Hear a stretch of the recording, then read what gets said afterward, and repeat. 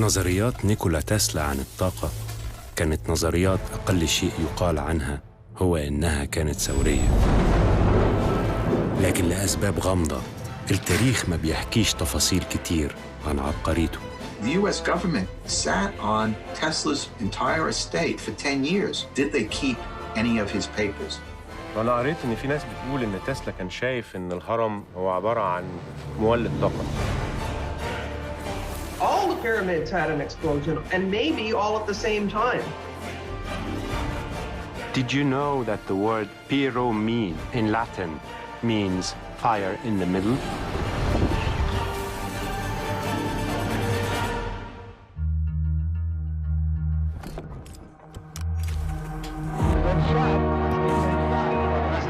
Crashed into one of the towers.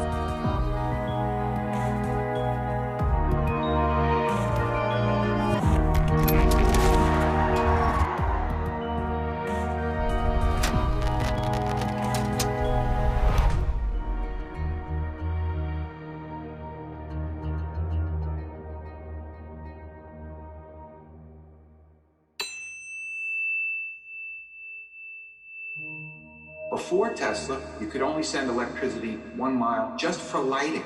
After Tesla, you could run factories 400, 500, 600 miles in all directions. They get a story and they repeat it over and over. They have no proof of any of it. They never found a mummy in a pyramid. هل نيكولا تسلا اكتشف سر توليد الطاقة بلا حدود؟ وهل في مؤامرة إن هم يخبوا عنا اكتشافاته؟ الطاقة، القوة المطلقة. لما بفكر في الموضوع بلاقي إن تقريباً معظم الحروب في السنين اللي فاتت كانت بسبب الرغبة في السيطرة على الطاقة ومصادرها. ولو إحنا بنتكلم عن الطاقة يبقى لازم نتكلم عن شخص اسمه نيكولا تسلا. لسه فاكر أستاذ الفيزياء وأنا في المدرسة وهو بيعرفنا بتسلا وبيقول إنه كان عبقري وإن شغله كان أساس لاختراعات كتيرة مهمة. وقصة تسلا دي قصة تهمني لأن فيها غموض غير عادي. هو كان عالم فيزيائي ومخترع، وفي نفس الوقت في ناس بتقول إنه كان متصوف. يقال مثلاً إنه كان مؤمن إن أهرامات الجيزة مفتاح لطاقة جبارة لا تفنى وممكن يتم توزيعها في العالم كله ببلاش. الراجل كان مثير للجدل حتى بعد رحيله، لدرجة إن هم بيقولوا إنه لما توفى لوحده في غرفته في فندق في نيويورك ال FBI صدرت كل متعلقاته بما فيها ورقه ومستنداته وأبحاثه. ولسنين طويلة كانوا مصنفين المستندات دي سرية، ولحد النهاردة في ناس بتدعي إن ما زال في مخطوطات له مفقودة.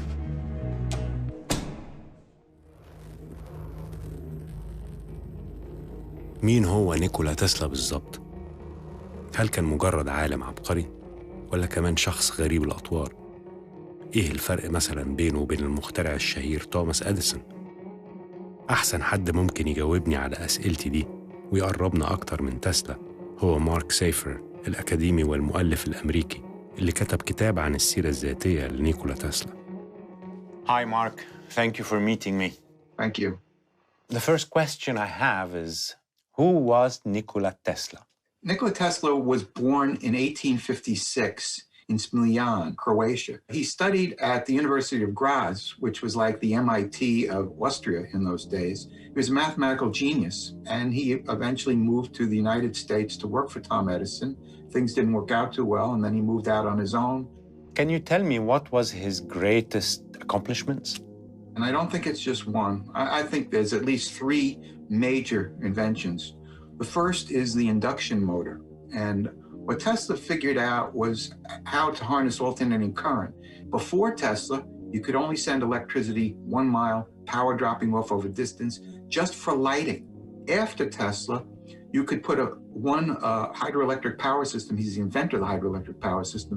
And you could run factories 400, 500, 600 miles in all directions. He also invented wireless communication. He invented what became the radio and cell phone technology, the ability to multiply frequencies and create an unlimited number of wireless channels. We talk about Hertz waves, but they're not really Hertz waves. They're Tesla waves. All of our computer systems run on the binary code. And he really is the forerunner to all that. So I think those are his three major inventions. That's really big. In your opinion, what makes him different from other inventors like Edison, for example? In general, Edison built better mousetraps. The light bulb existed before Edison perfected the light bulb. Motion picture cameras existed. He built the best one. Tesla himself distinguished from Edison because Tesla said, I discovered new principles. He was able to transmit voice by means of wireless communication. That was a new principle. أحد مشاريع تسلا المهمة والمذهلة هو برج الوردن كليف اللي كان في نيويورك. كان ناوي يستخدمه في إرسال شحنات كهربائية لاسلكية حول العالم. What can you tell me about Tesla's towers? It's a very sad story. In 1898, he was doing big experiments in downtown New York City, and it was scary. So he moved all the way out to Colorado to test his wireless inventions and met with J.P. Morgan, and Morgan gave him $150,000 to build a tower. Tesla read an article that Marconi was using his equipment, and he freaked out. So he doubled the size of the tower because he figured, I'm not going to just send impulses from New York to London. If I build a tower twice that height, I can send it all over the world, and Morgan will make even more money. So Morgan was in Europe at the time, and when Morgan returned, he found out that Tesla ran out of money, but he'd also doubled the size of the tower from 90 feet to 180 feet. So that was one of the reasons Morgan pulled the funding. But Morgan didn't just pull the funding, he blocked other investors. And the reason he blocked Tesla, I think, is because he was partly afraid that maybe Tesla was right. Maybe you could send electrical power without wires. And Morgan had rubber plantations, you have the rubber around the wires. He had copper mines, he had lumber yards. He wanted telephone poles, he wanted wires, he wanted to sell copper, he wanted to sell rubber. After Tesla died, what happened to his inventions and documents and manuscripts? The US government sat on Tesla's entire estate for 10 years. So from 1943 to about 1952, until they finally released it, and now his estate is in Belgrade. And the question that you're really asking is, did they keep any of his papers? I don't know if they did, and it wouldn't surprise me if indeed that has occurred.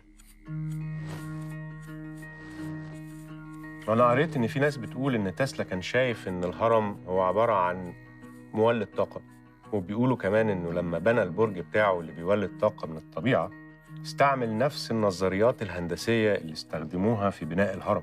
هل فكرت إن الكلام ده احتمال يبقى مجرد فتي؟ سؤال مهم طبعاً، وفي حد في دماغي ممكن يرد عليه.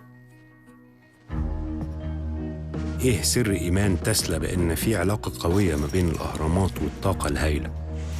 المنتجة والمخرجة كارمن بولتر ليها فيلم تسجيلي من 5 حلقات اسمه The Pyramid Code أو شفرة الهرم.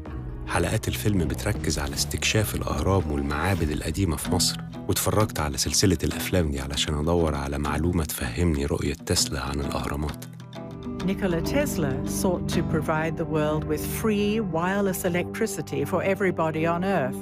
He discovered that electricity occurred naturally throughout the Earth's atmosphere and ground. This energy was not the kind of energy that we have that pollutes. It was a completely passive energy that had no byproducts. If the pyramid fields and the network of underground tunnels are still there, why don't they generate energy the way they used to? يا ترى في إيه في الأهرامات لفت انتباه تسلا غير مجرد كونها مقابر عملاقة؟ أحب أسأل كارمن السؤال ده. Hi, Carmen. Carmen, can you explain to me why do you think the Great Pyramids of Giza in Egypt were not tombs? It has nothing to do with that. And they keep repeating. They get a story and they repeat it over and over, and they get the students to repeat it to get their mark, to get out of college. And none of it, they have no proof of any of it. They never found a mummy in a pyramid. Why do you think they were power generators? Christopher Dunn has shown how the pyramids could have been used as energy plant. He's written several books, the Giza Power Plant. He's an engineer. And so his research isn't psychic and, esoteric in any way. It's mechanical. And he's done a very good job of showing how energy could have been collected, and that's what part of the weird chemical marks that you see. All the pyramids had an explosion, and maybe all at the same time. And huge cracks are in these stones that are like 300 tons. So how do you crack through the entire stone without this force? And in the Great Pyramid, in the King's Chamber, there's like a crack in the wall, and the side of the sarcophagus is blown right off. And that's like 4 inches thick of pure granite, which is very hard. So if we went in there with sledgehammers and 100 people, we couldn't break it that way. It's funny that you say that, because did you know that the word pyramid in Latin means fire in the middle? Aha!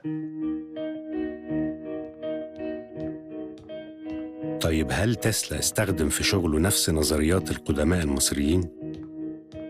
هل في شبه بين برج تسلا للطاقة اللاسلكية والأهرامات؟ داني كير عمل أبحاث كتير عن العلاقة بين الأهرامات والطاقة، وممكن يجاوب على شوية أسئلة. I went to look at the inside of the Great Pyramid and try and figure out how it worked. And what I realized was there was a gentleman named John Cadman. He's a hydrologist, and he had shown that the Great Pyramid could be like a pulse generator. He showed how it created water hammer and could pump water. When I first saw his theory, I realized right away that the granite plugs that are in the start of the ascending passages, that those would move. The pyramids had perimeter walls around them, and I didn't know this before, and it's accepted by Egyptologists, and they say it was to keep thieves out. And what he was saying was it was to keep water in. That was really interesting. And so the water level of the pyramid would be above the ascending passage girdle stones. And so the water would have built up above them. The second you start a pulse inside, it pushes water up. And from there, the pressure increase just did work on the King's Chamber. Then once I just started to investigate how a motor would work that like this, with a pressure change inside, came across thermoacoustic engines. Can you now please tell me similarities between Tesla's Wardenclyffe Tower and the Giza pyramids? Apparently Tesla said his Wardenclyffe Tower, he was using a longitudinal wave, or he was outputting a longitudinal electric wave. And technically it's not possible. No one's figured that out. In the pyramids, they're producing loud vibrations that mix to produce longitudinal waves. It's very similar. Also, the pyramids in Egypt and the Wardenclyffe Tower are both built on aquifers. With the Wardenclyffe Tower, the water was there to aid the grounding. He was transmitting through ground, and the water lowered the resistance in the ground and made it a conductor. The pyramids, that's also the case. Not only are they water powered, they are built above an aquifer, and they sat in pools, we think. Tesla's Wardenclyffe Tower was low frequency. So is the Great Pyramid. That's another similarity. Both have the capability to transmit worldwide. يبدو من الكلام ده إن فعلاً في تشابه في التكنولوجيا بين برج توليد الطاقة اللي صممه وبناه تسلا وبين الأهرامات اللي موجودة من آلاف السنين. ولو الكلام ده صحيح، ليه ما حدش حاول يستفيد ويستخدم التكنولوجيا دي النهاردة في توليد الطاقة؟ دي أسئلة تانية محتاجة رحلة جديدة للبحث عن الإجابات.